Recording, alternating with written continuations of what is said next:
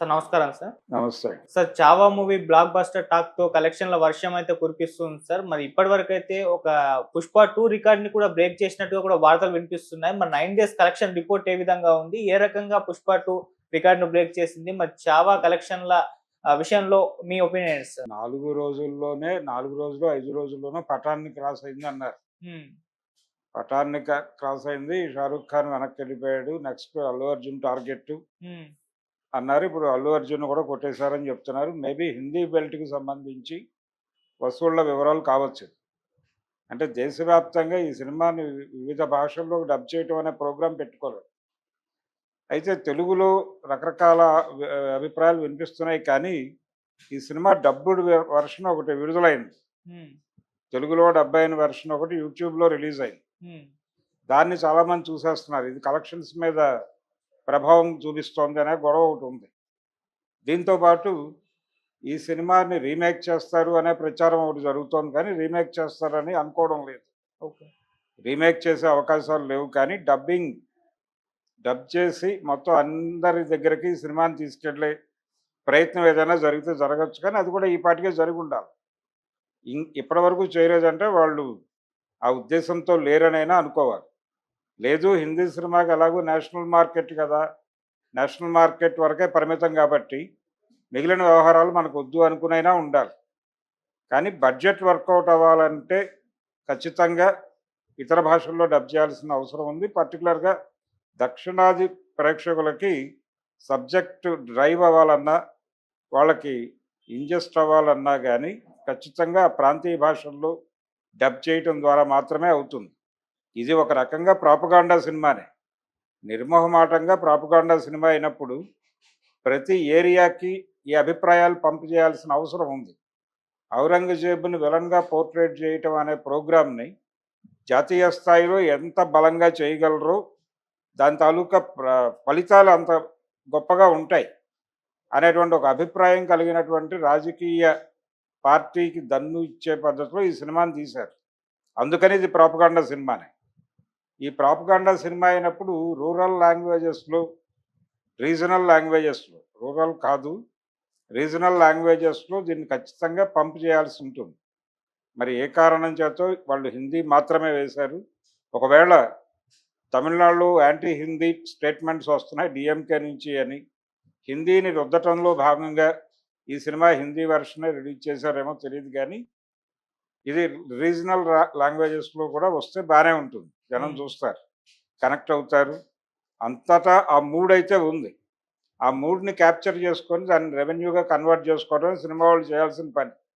ఇందులో చరిత్ర చెప్పారా? లేకపోతే చరిత్ర కానిది చెప్పారా? కల్పితం చెప్పారా? ఇలా రకరకాల వ్యాఖ్యానాలున్నాయి ప్రపంచంలో. అంటే శివాజీ, శంభాజీ అలాగే శివాజీ రెండో భార్య కుమారుడు వీళ్ళందరి పేర్లు ఇప్పుడు అందరికీ ఇంటింటి పేర్లుగా మారినాయి.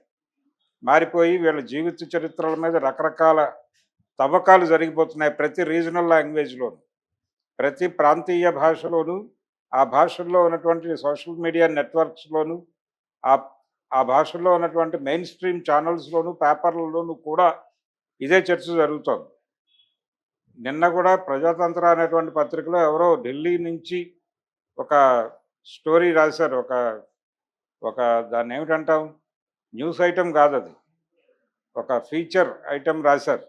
ఆ ఫీచర్ ఐటెమ్‌లో చాలా క్లియర్‌గా శివాజీకి సంబంధించి ఆ చరిత్రని తవ్వి తీసినటువంటి సర్దేశాయి అనే ఆయన 'హిస్టరీ ఆఫ్ మరాఠాస్' అనేటువంటి పుస్తకంలో మెన్షన్ చేసినటువంటి విషయాల్ని బయటకు తీసి రాస్తూ వచ్చారు.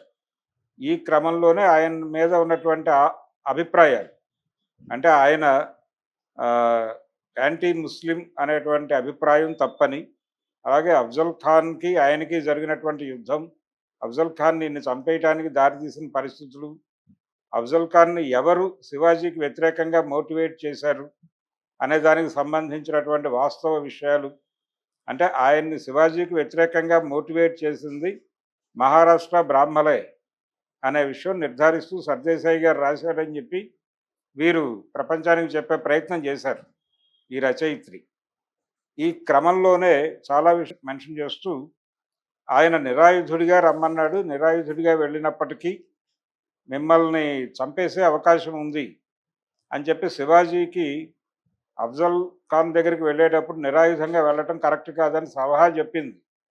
ఆయన దగ్గరే ఉన్నటువంటి ఒక ముస్లిం సేనాని, ఆయన అంగరక్షకుడు, శివాజీ భద్రతని కోరుకునేటువంటి వ్యక్తి, ఆయన బాధ్యతగా చెప్పాడు ఆ మాట అని కూడా అందులో రాశారు. వారు నివారించారు. అయితే శివాజీతో ఒక ప్రమాదం ఉంటుంది జాగ్రత్త అని అక్కడ అఫ్జల్ ఖాన్ని వార్న్ చేసింది కూడా బ్రాహ్మలే అనేది ఎస్టాబ్లిష్ చేస్తూ రాశారు. సో అతని గెలుపు, అతని ద్వారా శివాజీని అడ్డు తొలగించుకోవాలి అని పీష్వాలు అనుకున్నారు. తర్వాత ఏర్పడింది పీష్వా రాజ్యమే కాబట్టి పీష్వా రాజ్యానికి ఇబ్బందిగా ఉన్నటువంటి శివాజీని ఏదో పద్ధతిలో తొలగించడం కోసం అఫ్జల్ ఖాన్ని వీళ్ళే రెచ్చగొట్టి శివాజీ మీదకి పురికొల్పారు అనేది కథనం. అయితే లోపలికి వెళ్ళిన తర్వాత ఈ ఈ ముస్లిం సేనాని కొన్ని అంటే ఆయుధాలుగా కనిపించని ఆయుధాలని శివాజీ దీనిలో పెట్టేసి పులిగోర్లు ఇలాంటివి, ఇనప గోర్లు ఇలాంటివి పెట్టేసి పంపించేసి అక్కడ జరిగినటువంటి ద్వంద్వ యుద్ధంలో అతన్ని చంపేశాడు శివాజీ అనేది ఒక కథని ఎస్టాబ్లిష్ చేసి చెప్తున్నారు. ఇలా రకరకాల చర్చలు జరిగిపోతున్నాయి ఆ సినిమా మీద. ఈ చర్చల ఫలితంగా ఇవేమిటో చూద్దామని చెప్పి థియేటర్కి వెళ్తున్నారు జనాలు. అంటే ఈ మధ్య కాలంలో ఇంతగా డిస్కసివ్ పాయింట్గా మారినటువంటి సినిమాలు తక్కువ ఉన్నాయి.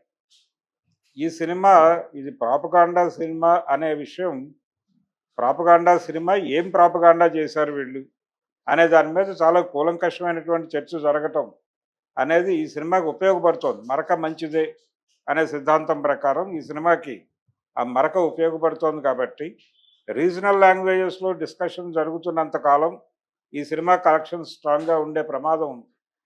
ఆ ప్రమాదం వల్ల ఇప్పుడు కొంత కలెక్షన్స్ రైజ్ అయినాయి అన్ని చోట్ల బాధ్యతగా వెళుతున్నారు. బాధ్యతగా సినిమాకి వెళ్ళటం అనేది ఇక్కడ కోర్ట్స్లో ప్రత్యేకంగా మాట్లాడుకోవాల్సిన అంశం. బాధ్యతగా సినిమాకి వెళ్ళే ప్రయత్నం, అలాగే బాధ్యతగా చూస్తున్నారు అనే విషయాన్ని ప్రమోట్ చేయడానికి వాళ్ళు రకరకాల వీడియోలు చేసి సోషల్ మీడియాలో పెడుతున్నారు.